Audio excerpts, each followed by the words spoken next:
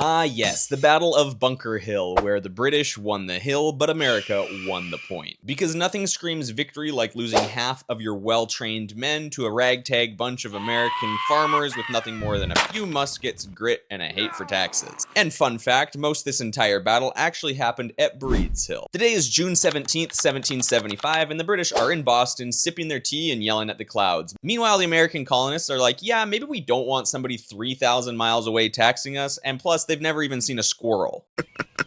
So the colonists, aka the Continental Army before they had a cool name and marching pants, was like, all right, let's fortify Bunker Hill. To which somebody in the group was like, hey, why don't we go do this over at Breed's Hill, which, need I remind you, was closer, harder to fortify, and definitely was not Bunker Hill. To which they said, absolutely. Their logic, well, we're America and we're gonna do it our way. We have leaders that don't know what they're doing. The idea was to block British movement out of Boston, so overnight, 1,200 colonial troops came in and fortified Breed's Hill as if it was gonna be attacked by a zombie horde. And spoiler alert, they got something much worse than zombies. 3,000 British regulars with red coats and stupid hats.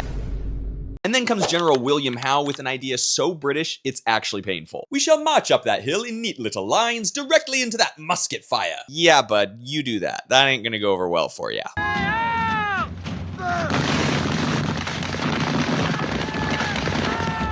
Meanwhile, Colonel William Prescott, who's running the American defense, has an idea. He yells the now legendary line, "Don't shoot until you see the whites of their eyes." And he said this for two reasons. Number one, because they were extremely low on ammunition, and two, because it was just hardcore. So the British march right up the hill and bang, bang, bang. Instant KD ratio. Insane. The result, the British get absolutely mowed down. Twice.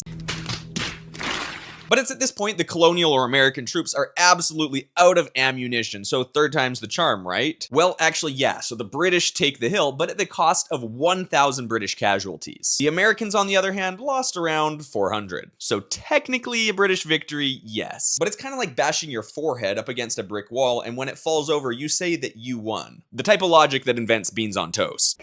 Making this the ultimate you may win the hill, but we're gonna win the war moment. So make sure to like and subscribe, and don't march up the hill into gunfire. I mean, unless you're British, I guess.